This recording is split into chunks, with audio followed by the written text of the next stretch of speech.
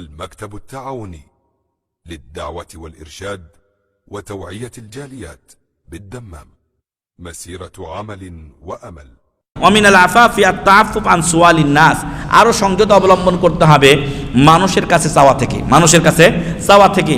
আপনারা জানেন যে এইখানে আমাদের দেশেও হয়তো আছে, এইখানেও আপনারা দেখবেন মেলা লোক ও পেশাদার ভিক্ষুক। ওরা কারা? ওরা পেশাদার ভিক্ষুক। দেখবেন প্রতি একটা নির্ধারিত দিনে সে ওই সেম একটা বাচ্চা নিয়ে দাঁড়াবে, বাবারা আমার অবস্থা খারাপ, আমার এই টাকা দাও, এই সেই। অথচ সে পেশাদার ভিক্ষুক। এদেরকে যদি পান তাহলে টাকা দেওয়া তো যাবে না, এটা সরকার বিরোধী আইন। একটা টাকা দেওয়াটা সরকার বিরোধী কাজ, কারণ সরকারের তরফ থেকে টাকা দেওয়াটা নিষেধ ওদেরকে। আরেকটা বিষয় যে যদি সত্যিকার এই ব্যবসায়ী হয় তাহলে তাদেরকে ধরিয়ে দিতে হবে, কারণ শেষ দিনগুলোতে পাওয়া গেছে মেলা এই হুতি আছে না, হুতি, এই যে ইয়ামানের হুতি, এরা মেলা লোক পাঠিয়ে দিয়েছে, এরা ভিক্ষা করে ওদের কাছে টাকা পাঠায়। তাহলে আপনি টাকা বলছেন দান, আর ওই টাকা দিয়ে ওরা কি করছে, মক্কা অভিমুখে মিসাইল তারা কি করছে, নিক্ষেপ করছে, নাউজুবিল্লাহ মিন যালিক। এই জন্য আপনার দেশে মেলা শিক্ষা প্রতিষ্ঠান আছে, মেলা আলহামদুলিল্লাহ নতুন নতুন সহিহ আকীদার মাদ্রাসা হচ্ছে, সেখানে আপনি দান করেন, যেখানে সেখানে দান করবেন না। আর ভিক্ষার দরজা খুলে দেবেন না। ইসলাম কাজ করে খেতে বলেছে। রাসূল সাল্লাল্লাহু আলাইহি সাল্লাম বলছেন সবচাইতে উত্তম রিজিক হলো সেটা যেটা মানুষ নিজের হাতে কামাই করে খায়। আল্লাহর নবী দাউদ আলাইহিস সালাম নিজ হাতে কাজ করে খেতেন। সম্মানিত ভাই এবং বন্ধুগণ, এজন্য আপনাকে সংযত অবলম্বন করতে হবে। ইয়াহসাবুহুমুল জাহিলু আগনিয়া মিনাত তাআফফুফ, মেলা লোক রয়েছে যারা সত্যিকার মুসলিম, যারা ইমানদার পরহেজগার, তারা মানুষের কাছে চাওয়াটাকে পছন্দ করেন না, ফলে সংযত অবলম্বন করে। কিন্তু মূর্খ লোকেরা মনে করে কি, এই লোকটার তো কোনো অভাব দেখি না, এই লোকটা মনে হয় ধনী। ইয়াহসাবুহুমুল জাহিলু আগনিয়া, ওয়াজানা লোকেরা তাদেরকে মনে করে যে মনে হয় ধনী, মিনাত তাআফফুফ। কেন? কারণ এরা সংযত অবলম্বন করে। বাড়িতে লবণ দিয়ে ভাত খেয়ে থাকে, কিন্তু মানুষের কাছে হাত ওরা পাতে না, ওরা আল্লাহর কাছে চায়।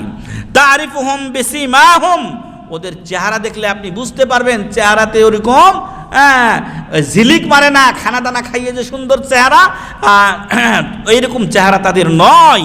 লা ইয়াসআলুনান নাসা ইলহাফা, ওরা মানুষের কাছে কাকুতি মিনতি করে চাইতে পারে না, দে বাবা দে, 2-4 টাকা দে, ওগুলো বলতে পারে না। ওরা সংযত থাকে, লজ্জাবোধ করে, যার ফলে মানুষেরা মনে করে ওদের মনে কোনো সমস্যাই নেই। আল্লাহ তাআলা কোরআনের একটি আয়াতে বলেছেন ওয়াফি আমওয়ালিহিম, তাদের সম্পদে রয়েছে হাক্কুন, অধিকার রয়েছে। কার জন্য? লিসাইল, যে চাই তার জন্য, আর ওয়াল মাহরুম, বঞ্চিতদের। বঞ্চিত কারা? এরা ওই সমস্ত লোক যারা চাই না, ওদের অধিকার আছে কিন্তু ওরা সংযত অবলম্বন করার কারণে মানুষের কাছে হাত পাতে না। একটা লোককে দেখলাম, আমাদের একজন ভাই আছে, ও খালি হাসলো, উমরার গাড়িতে চাইতেছে, ওর পিছনে পিছনে ওর মেয়েটা হাসতেছে, ওর পিছনে ওর মেয়ে হাসতেছে।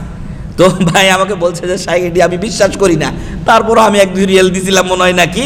তারপর আরেকটা লোক দেখলাম এইখানে, ভাই 1-2 বছর ধরে ওর ছেলের নাকি পরীক্ষায় চলতেছে খালি। আমি আশ্চর্য হয়ে গেলাম, আমি বললাম কয়দিন পরীক্ষা চলে ছেলের? তো পরে পরীক্ষা ওইটা বাদ দিয়ে দেখলাম যে একদিন পানি বিক্রি করতেছে।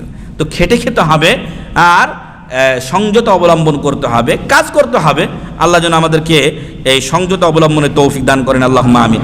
আল্লাহ রাসূল সাল্লাল্লাহু আলাইহি ওয়াসাল্লাম বলেন আল ইয়াদুল উলিয়া খায়রুম মিনাল ইয়াদিস সুফলা, উপরের হাতটা উত্তম নিচের হাতের চাইতে। আপনি দিবেন এটা ভালো নেওয়ার চাইতে। তবে যদি অনুন্নপায় হন, আপনি ভিক্ষা করা নাজায়েজ নয়, তবে নাজায়েজ ও পাপের কাজ, গুনার কাজ হচ্ছে আপনার মাল বাড়ানোর জন্য। একটা ফকির মারা গেছে, ওর যেই টপলা ছিল 1 লাখ রিয়াল পাওয়া গেছে। এ কোন ফকির রে ভাই? নিজের জীবনকে কষ্ট দিয়ে গেছে, কিন্তু টাকাটা ছেড়ে গেছে অন্যের জন্য। এই জন্য একটা আরবিতে কথা বলে আল বাখিলু ইউদাখিরুল মাল ওয়া ইয়াতরুকু লিগাইরিহি, বখিল লোক টাকা জমায় আর অন্যের জন্য সেটা ছেড়ে যায়। মেলা ফকির এরকম আছে, ওর ভিক্ষা করাটা অভ্যাসই হয়ে গেছে, কারণ মানুষের কাছে গেলেই তো পায়, মানুষের কাছে গেলেই পায়, এই জন্য তারা ভিক্ষা করে। তো এই অভ্যাসটা পরিত্যাগ করতে হবে, এটাকে উঠানোর চেষ্টা করতে হবে। আল ইয়াদুল উলিয়া খায়রুম মিনাল ইয়াদিস সুফলা, নিচের হাত থেকে উপরের হাত উত্তম, আপনার হাতটা যেন উপরেই থাকে এই চিন্তাই যেন আপনি করেন। আর চিন্তা করলে ইনশাআল্লাহ আল্লাহ তাতে বরকত দেবেন। ওয়াবদা বিমান তাউল, আপনার নিকটস্থ যে গরিবরা রয়েছে তাদের থেকে আপনি দান করা শুরু করবেন। ওয়া খায়রুস সাদাকাতি আন জাহরে গিনা, আর আপনার কাছে যখন টাকা থাকবে তখন আপনি কি করুন, দান করুন, এটাই হলো উত্তম। ওয়ামান ইয়াস্তাফিফ ইউইফাহুল্লাহু, আর যে ব্যক্তি সংযত অবলম্বন করবে আল্লাহ তার ব্যবস্থা ইনশাআল্লাহ করে দেবেন। ওয়ামান ইয়াস্তাগনি ইউগনিহিল্লাহ, আর আল্লাহ, যেই লোক আল্লাহ ছাড়া অন্যের কাছে দ্বারস্থ হবে না, আল্লাহ তাকে মানুষ থেকে অমুখাপেক্ষী করবেন, আল্লাহ তার ব্যবস্থা করে দেবেন। রাওয়াহুল বুখারী ও মুসলিম। তো সম্মানিত ভাই ও বন্ধু, এ হলো আমরা যে বিষয় বলছিলাম যে সংযত অবলম্বন করা। এখন তো আমরা মেলা মানুষ এমন আছি, চাহিদার তুলনায় আমার প্রয়োজনটাকে বড় করে দেখায় অন্যের কাছে, যাতে করে কি হয়, যাতে করে কিছু পাওয়া যায়, যাতে করে কিছু পাওয়া যায়। আর এখন মেলা লোক তো সংযত দূরের কথা, সরকারি মাল যখন যায়, এখন আগের দিনে আমরা কিছু মাঝে মাঝে দুম্বা পাইতাম না, এখন আর দুম্বা পাওয়া যায় না। দুম্বা এখন যারা ধনী লোক ওরাই ছিনিয়ে নিয়ে চলে যায়। তো এরকম সরকারি সম্পদ যখন আসে বা এরকম কিছু জনকল্যাণমূলক কিছু আসে, তখন দেখা যায় যে যারা এর রক্ষক ওরাই এর কি হয়ে যায়, ভক্ষক হয়ে যায়। ওরা শুধু খাই খাই খাই খাই করে, আর আদম সন্তানের পেট মাটি ছাড়া কোনো কিছুতেই ভরতে পারবে না। তো আসুন আমরা নিজেরা সংযত অবলম্বন করি, যাবতীয় হারাম থেকে, জেনা ব্যভিচার থেকে যেরকম সংযত অবলম্বন করতে হবে, অনুরূপ যাবতীয় অশ্লীলতা থেকে সংযত অবলম্বন করতে হবে, মানুষের কাছে চাওয়া থেকে সংযত অবলম্বন করতে হবে, হারাম যাবতীয় জিনিস থেকে সংযত অবলম্বন করতে হবে। মহান রব্বুল আলামিন যেন আমাদেরকে উত্তম চরিত্র গ্রহণের তৌফিক দান করেন, আল্লাহুম্মা আমিন। আল্লাহ তাআলা আমাদেরকে যাবতীয় হারাম থেকে হেফাজত করুন, আল্লাহুম্মা আমিন।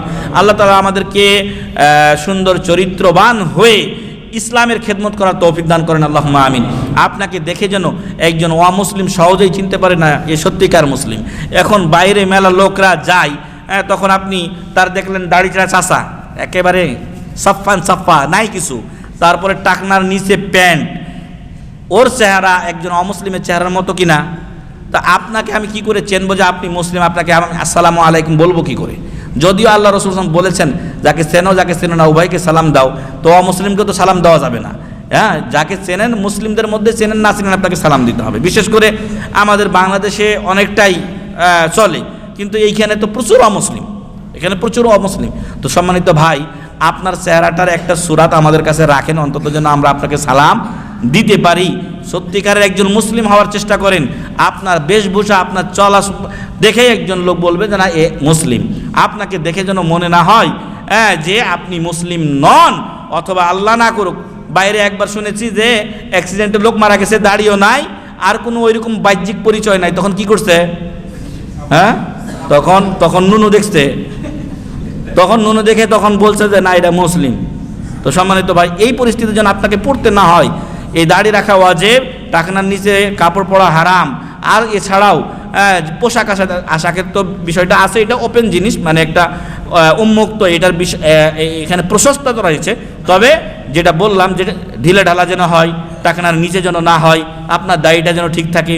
আরও যে আমানতদারিতা বললাম, তারপরে আপনার এই সত্য কথা বলা, মিথ্যা পরিহার করা, তারপরে নিজেকে সংযত রাখা যাবতীয় হারাম থেকে, এই গুণগুলো যেন আমরা সকলেই অর্জন করি, এবং আমরা যেন একটা লোককে দেখলেই বুঝতে পারি, প্রত্যেকেই আমাকে যখন সমাজের কাছে পেশ করব তখন আমি একজন মুসলিম, এই চেহারা সুরাত যেন আমার প্রকাশ হয়, আমার শারীরিকভাবে হোক, আমার কথাবার্তা হোক, আমার আমল আখলাকে হোক।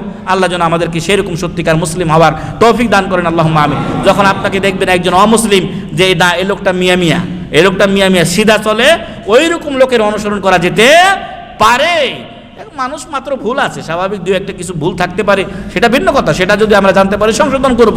কিন্তু আমার চরিত্র দেখে আরেকজন অমুসলিম বলবে এরকম মুসলিমের চরিত্র, তাহলে তো মুসলিম হতে না হওয়াই ভালো। এরকম যেন না হয়।